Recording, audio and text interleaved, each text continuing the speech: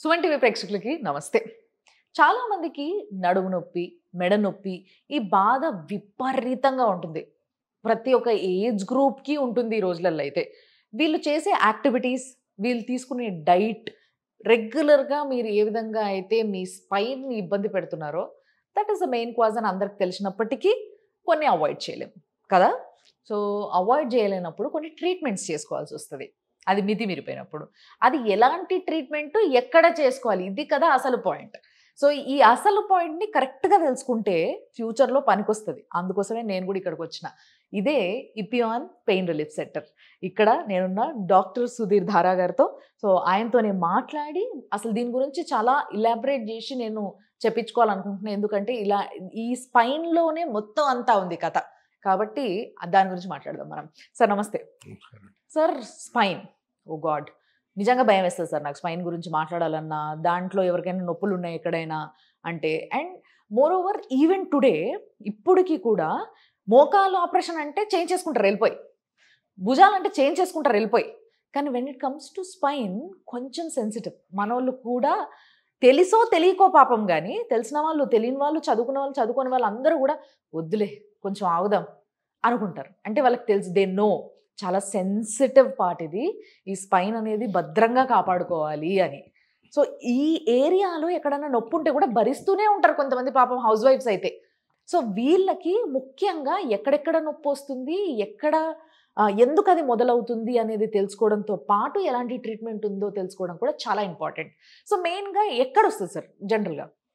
So spine గురించి ఇది ఒక పెద్ద సబ్జెక్ట్. ఎందుకంటే మనం మోకాలు గురించి మాట్లాడుకుంటే నేను చెప్పాను మోకాలు బోలా జాయింట్ ఒక 5 స్ట్రక్చర్స్ ఉంటాయి. దాంట్లో ఏదో ఒకటి ప్రాబ్లం ఉంటుంది. దానికి మనం రికవర్ చేసి కరెక్ట్ చేసి సరిపోతుంది. స్పైన్ అట్లా కాదు. Very intelligent. స్పైన్లో హండ్రెడ్స్ ఆఫ్ స్ట్రక్చర్స్ ఉంటాయి. ఎందుకు అన్ని స్ట్రక్చర్స్ పెట్టాడు దేవుడు? స్పైనల్ కార్డ్ పోతుంటుంది. స్పైనల్ కార్డ్ ఏంటి? Control system. Yes. So brain నుంచి స్పైనల్ కార్డు ఇవన్నీ కూడా నర్వ్స్తో నిండి ఉంటుంది కాబట్టి అది మన యాక్టివిటీస్, ప్రతి యాక్టివిటీని మనం చెయ్యి ఇట్లా కదలాలన్నా, గుండె కొట్టుకోవాలన్నా, అబ్డామిన్ కానీ, లివర్ కానీ ఏదైనా కూడా పనిచేయాలంటే ఈ స్పైనల్ కార్డు భద్రంగా ఉండాలి. దీన్ని భద్రపరుస్తూ బ్రెయిన్కి స్కల్, స్పైన్కి స్పైన్లో బోన్స్ ఫుల్ ప్రొటెక్షన్ ఉంటుంది. మరి బోన్స్ ఉన్నాయంటే బోన్స్ మధ్యలో జాయింట్స్ ఉండాలా? అవును. జాయింట్ లేకపోతే ఈ వంగడ ఉండదు, ఇట్లా కర్రలా ఉంటాం. అవును. మరి జాయింట్స్ ఉన్నాయంటే జాయింట్స్ మధ్యలో లిగమెంట్స్ ఉండాలి. బోన్స్ 2 బోన్స్ ఉన్నాయి అంటే 2 బోన్స్ మధ్యలో డిస్క్ ఉండాలి. అవును. ఈ అన్నిటికీ మూమెంట్స్ రావాలంటే మజిల్స్ ఉండాలి. అవును. సో నర్వ్స్ ఉండాలి. అవును. సో ఇన్ని స్ట్రక్చర్స్ ఉన్నాయి. ఇన్ని స్ట్రక్చర్స్ ఏ స్ట్రక్చర్ నుంచి నొప్పి రావచ్చు. అవును. టిల్ రీసెంట్లీ అంటే ఒక 10 సంవత్సరాల ముందు వరకు కాన్సెప్ట్ ఏంటంటే వెన్ను నొప్పి వచ్చింది అంటే డిస్క్ ప్రొలాప్స్.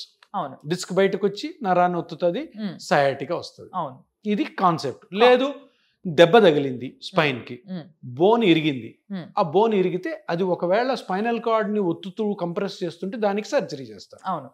లేదు ఇంకొక కండిషన్ ఉంది. ఇట్లా ఒకదాని మీద ఒక బోన్ ఉంటుంది అనమాట. స్పైన్ లో 33 బోన్లు ఉంటాయి కదా. ఈ బోన్స్ కొన్నిసార్లు ఇట్లా స్లిప్ అయింటాయి. ఓకే. దాన్ని లిస్థెసిస్ అంటారు.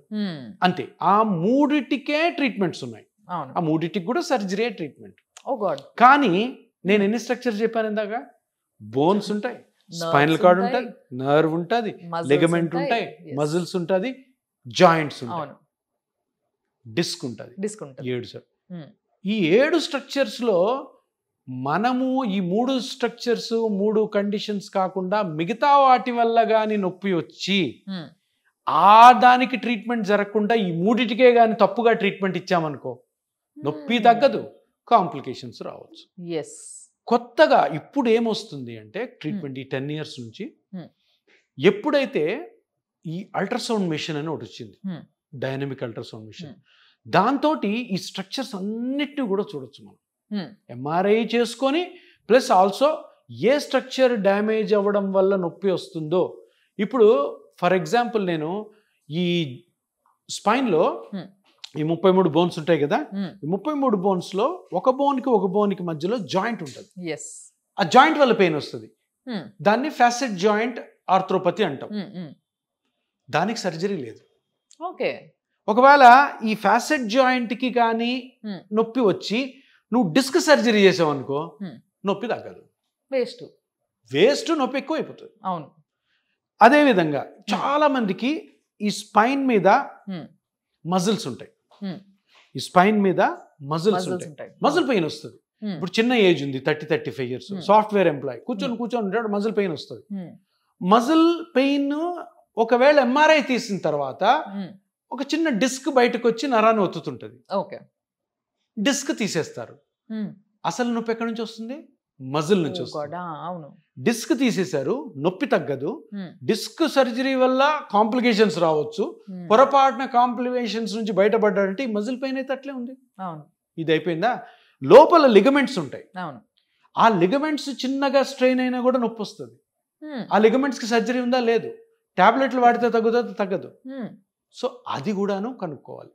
సో నేను చెప్పిన ఇన్ని స్ట్రక్చర్స్లో ఎన్నో నొప్పులు రావచ్చు, ఆ స్ట్రక్చర్ని కానీ ఐడెంటిఫై చేయకపోతే మీరు తప్పకుండా దెబ్బతింటారు. నేను ఒక సింపుల్ ఎగ్జాంపుల్ చెప్తున్నాను, రకుల్ ప్రీత్ సింగ్ ఎగ్జాంపుల్ చెప్తాను. రకుల్ ప్రీత్ సింగ్ ఏం చేసింది? డెడ్ వెయిట్ ఎత్తింది, 80 kgs. వాడెవడో జిమ్ ట్రైనర్ తలకాయ లేనోడు, అమ్మాయిని అంత వెయిట్ ఎక్కి ఏమైంది? సివియర్ బ్యాక్ పెయిన్ వచ్చింది. సో ఏం చేశారు? న్యూరో సర్జన్ దగ్గరకో ఆర్థో దగ్గరికి వెళ్తే వాళ్ళకి ఎంఆర్ఐ తీస్తారు. ఎంఆర్ఐలో ఏం కనపడదు, డిస్క్ ఉండదు. అంత సివియర్ పెయిన్ డిస్క్తో రాదు, డిస్క్ స్లోగా వస్తుంది.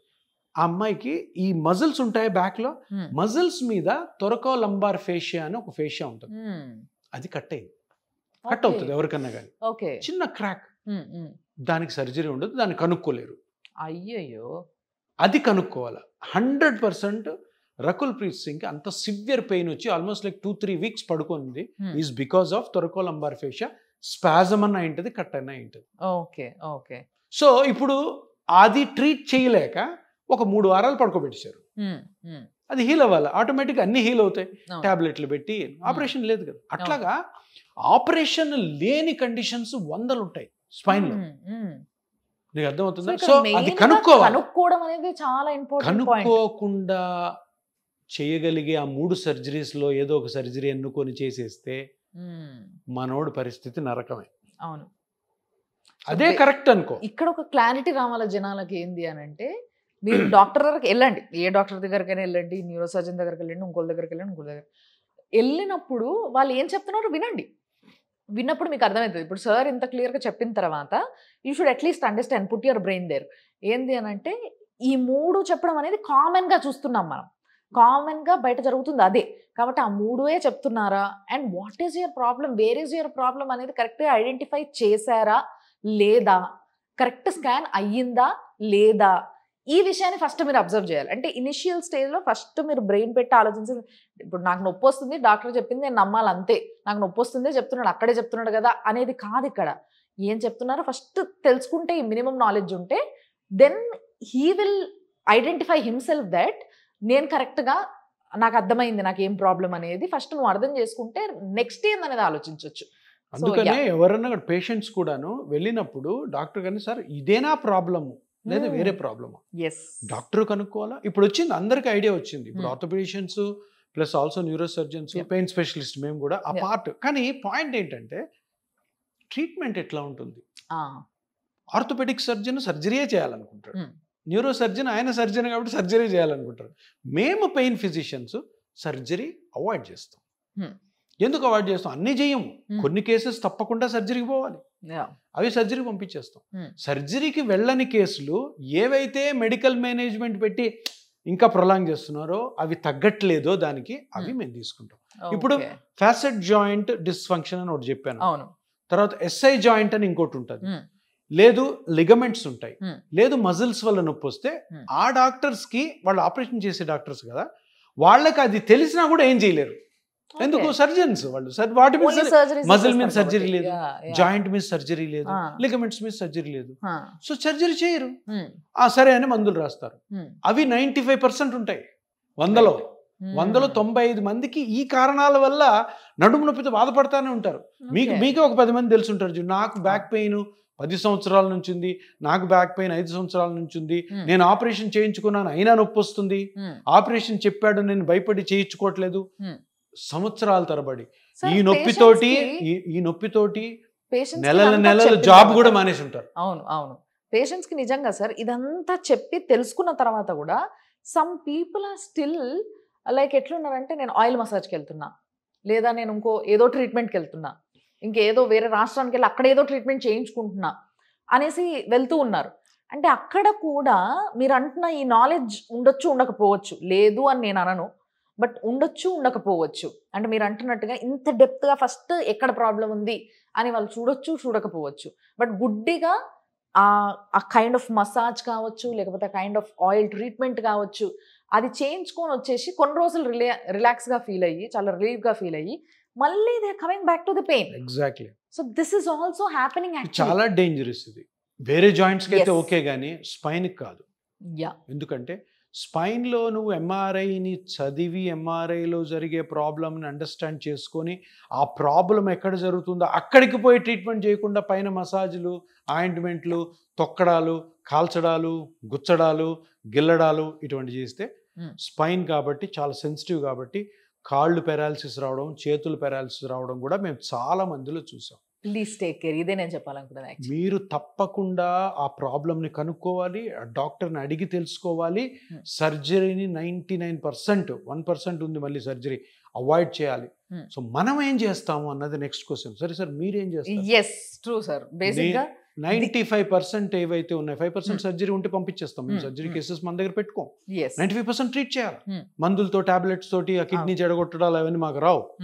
సో మనం చేసేదంతా కూడా ఇంజెక్షన్ ట్రీట్మెంట్స్. ఇప్పుడు డిస్క్ బయటకు వచ్చింది, నర్వ్ని ఒత్తుతుంది. ఈ రెండు బోన్స్ ఉన్నాయి కదా, ఈ రెండు బోన్స్ మధ్యలో డిస్క్ ఉంటుంది. డిస్క్ వెనకాల ఎల్లోగా ఉంది కదా, ఇది నర్వ్. డిస్క్ కానీ వెనక్కి వచ్చి ఈ నరం మీద ప్రెషర్ పెట్టిందంటే నరము ఇట్లా వాస్తుంది. రెడ్గా ఏం చూసారా ఇక్కడ? ఇది వాసినప్పుడు ఏమవుద్దంటే ఆ నరం అంతా కూడాను ఎక్కడైతే సప్లై చేస్తుందో అదంతా నొప్పి వస్తుంది. దీన్ని సయాటిక్ అంటారు. నడుము నుంచి స్టార్ట్ అవుతుంది, ఇదంతా నరకం. దీనికి 100లో 5% ఆపరేషన్ ఫిట్ అవుతారు. వాళ్ళు ఆపరేషన్ 95 మందిని బాధపడతానే ఉంటారు. వాళ్ళకి ఆ ట్యాబ్లెట్, ప్రీగాబెల్ అని, గాబాపెంటిన్ అని, ఎక్సర్సైజ్లని, మసాజ్లని, కాల్చడం అని, గిల్లడం అని ఇవన్నీ చేస్తున్నారు. ఏం అవసరం లేదు. చిన్న ఇంజెక్షన్తో ఆ వాపును కానీ తగ్గించామనుకో, నరం మీద వాపును కంప్లీట్గా రికవర్ అవుతారు. దాని తర్వాత చిన్న చిన్న ఎక్సర్సైజెస్, చిన్న చిన్న జాగ్రత్తలు, మళ్ళీ ఆ డిస్క్ బయటికి రాకుండా. ఇది సయాటికా ట్రీట్మెంట్. ఇంతకుముందు మనం మాట్లాడుకున్నాం ఈ జాయింట్స్ అని చెప్పి. జాయింట్లకి సర్జరీ లేవు. 100%కి 100% మన దగ్గర రావాల్సిందే. ఎవరు ఏం చేయలేరు జాయింట్ అరిగిందంటే. జాయింట్ అరగడం అంటే ఏంటి? ఈ చిన్న జాయింట్ మధ్యలో చిన్న గుజ్జు ఉంటుంది, మోకాళ్ళలో పెద్ద గుజ్జు ఉంటుంది కదా, చిన్నది. ఆ గుజ్జు అరిగిపోతే ఆ రెండు ఎముకలు రాసుకుంటాయి. దాని నుంచి నొప్పి వస్తుంది. ఇట్లా వంగినా నొప్పి వస్తుంది, ఇట్లా వెనకాల విరుచుకున్నా నొప్పి వస్తుంది, కూర్చుంటే లేస్తుంటే నొప్పి వస్తుంది, వంగి లేస్తున్నప్పుడు నొప్పి వస్తుంది. అది కనుక్కోవాలి. దాన్ని డిస్క్ అనుకొని ఎంఆర్ఐలో డిస్క్ ఉంటే డిస్క్ కానీ పీకామనుకో లైఫ్ అంతా నరకమే. ఈ జాయింట్కి కూడాను మనం రేడియో ఫ్రీక్వెన్సీ అబ్లేషన్ ఒక చిన్న ఇంజెక్షన్ ట్రీట్మెంట్తో కంప్లీట్ రికవరీ చేస్తాం. ఇంకొక సూపర్ కండిషన్ ఒకటి చెప్తాను, లేడీస్ వినాలి మీరు. సేక్రో ఇలియాక్ జాయింట్ అని, ఇది సేక్రమ్ బోను, ఇది ఇలియం బోను, ఈ మధ్యలో జాయింట్ ఉంటుంది, సేక్రో ఇలియాక్ జాయింట్ అంటారు. ఇది ఎక్కువ డెలివరీస్ అయిన తర్వాత లేడీస్ లో వచ్చే నొప్పులు. ఎందుకు వస్తాయంటే మాక్సిమం ఇది పెల్విస్ కదా, దీంట్లో ప్రెగ్నెన్సీ వచ్చినప్పుడు బేబీ ఉంటుంది, బేబీ వచ్చినప్పుడు ఇది స్ప్రెడ్ అవుతుంది. ఇది స్ప్రెడ్ అయినప్పుడు బేబీ అకామిడేట్ అవుతుంది. బేబీ డెలివరీ అయిపోగానే మళ్ళీ ఇది దగ్గరకు వస్తున్నప్పుడు కొంచెం మాల్ అలైన్మెంట్ జరిగింది అనుకో, ఈ జాయింట్ స్ట్రెయిన్ అవుతుంది. ఆ జాయింట్ నొప్పితోటి మన దగ్గరకు వచ్చే పేషెంట్, సార్ బ్యాక్ పెయిన్ ఉంది సార్ అంటే ఎన్ని సంవత్సరాలు ఉంటే, ఆ లాస్ట్ డెలివరీ అయినప్పుడు, లాస్ట్ డెలివరీ 30 సంవత్సరాలు అయింటుంది, లాస్ట్ డెలివరీ అయినప్పటి నుంచి నొప్పి ఉంది సార్. ఎవరు ట్రీట్ చేయరు, ఎందుకంటే దాన్ని కనుక్కునే వాళ్ళు లేరు. అందరు బ్యాక్ పెయిన్, కొంతమంది డిస్కెక్టమీ సర్జరీ కూడా చేయించుకొని ఉంటారు, తగ్గదు. ఎందుకు? ఆ joint pain. And more over sir, even today ఈ కేసులు నేను చాలా చూసా. నేను వీళ్ళందరూ ఏమంటారంటే, నాకు సిజేరియన్ అయిందండి, అప్పుడు ఇలానే వంగబెట్టి ఇక్కడ ఇంజెక్షన్ ఇచ్చారండి, అప్పటి నుంచి నొప్పండి. అందరూ కూడా స్పైనల్ అనస్థీషియాకి దాన్ని అట్రిబ్యూట్ చేస్తారు. కానే కాదు, ఇదంతా కూడా ఎస్ఐ జాయింట్. తెలియదు చాలా మందికి. నేను చాలా మంది నా ఫ్రెండ్స్ గైనకాలజిస్ట్ చెప్తాను, మీకు ఇటువంటి పెయిన్స్ వస్తుంటాయి చూడండి డెలివరీ అయిన తర్వాత, తప్పకుండా మా దగ్గర పంపించండి. ఎందుకంటే ఆ ఎస్ఐ జాయింట్కి ఒక రేడియో ఫ్రీక్వెన్సీ ట్రీట్మెంట్ అని చేస్తాం, కంప్లీట్ రికవర్, దానికి సర్జరీ లేదు. సో స్పైన్లో ఒక 15 కండిషన్స్ ఉంటే 13-14 కండిషన్స్కి సర్జరీ లేదు. కానీ అంతమంది బాధపడుతుంటారు. ఒకటో రెండో కండిషన్స్కే సర్జరీస్. సో వీటన్నిటికీ కూడా పెయిన్ మెడిసిన్లో ఎపియాన్లో సూపర్ ట్రీట్మెంట్, ఎక్సలెంట్ ట్రీట్మెంట్. స్పైన్కి ఏ విధమైనటువంటి డ్యామేజ్ లేకుండా, ఎందుకంటే మోకాల్లో షోల్డర్లో డ్యామేజ్లు ఎక్కువ జరగవు. Spine, spinal cord, spinal nerves, CSF ఇవన్నీ ఉంటాయి అక్కడ. వెరీ కేర్ఫుల్గా ఉండాలి. ఇంజెక్షన్స్ కూడా ఎక్కడంటే అక్కడ చేయించుకోకండి. ఎవరైతే ఎక్స్పర్టో వాళ్ళ దగ్గరే చేసుకోవాలా. అండ్ కండిషన్ కరెక్ట్గా తెలిసి ఉండాలి. ఏ స్ట్రక్చర్ డ్యామేజ్ అయిందో తెలుసుకున్న డాక్టరు, ఎక్స్పర్ట్ అయిన డాక్టర్కే మీ స్పైన్ అప్పచెప్పండి. అంతే తప్పితే ఇంకొకటి చాలా ఇంపార్టెంట్, ఇంకోటి చెప్పడం మర్చిపోయాను. కొంతమంది ఆపరేషన్ చేసుకుంటారు, చేసుకున్న తర్వాత నొప్పి వస్తుంది.